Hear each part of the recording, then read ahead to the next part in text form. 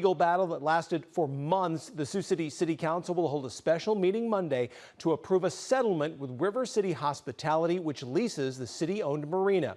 In 2024, River City announced the marina and Jollies on the River wouldn't open due to silt buildup that required dredging of the marina. That led to the city filing a breach of contract lawsuit in May of 2024. River City then countersued the city. The two parties reached an agreement this week, ending the lawsuit. According to city documents, the city plans to purchase the marina docks, slips, and the Jollies on the River restaurant for $300,000. The city would then be entitled to operate the marina and Jollies, and any profits or losses would be the city's to retain. River City would still pay the city their annual rent of $18,000 as established in the original lease. I hope that the people of Sioux City see it as a testament of how hard we want to work to be able to get this operational this summer, that we're holding a special meeting just for this agenda item.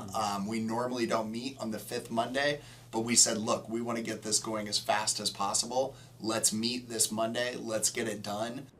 The city has already completed the dredging work on the marina to prepare it for boats in the summer. However, Water says the city's Parks and Rec department still has some work ahead of them before the marina opens. That restaurant on the peninsula, what does that look like? What do we need to do to find an operator to maybe open that, get a new exciting restaurant in there? And what updates do we need to do to the docks to make sure that those and the slips are really fully functional? What does that punch list look like to make sure that as soon as the season's ready to kick off, that we're ready to welcome people back into those docks? At Monday's special city council meeting, the city also intends to sign an agreement with a new operator for the marina. The city will enter a 3-year contract with F3 Marina LLC from Fort Lauderdale to manage the marina.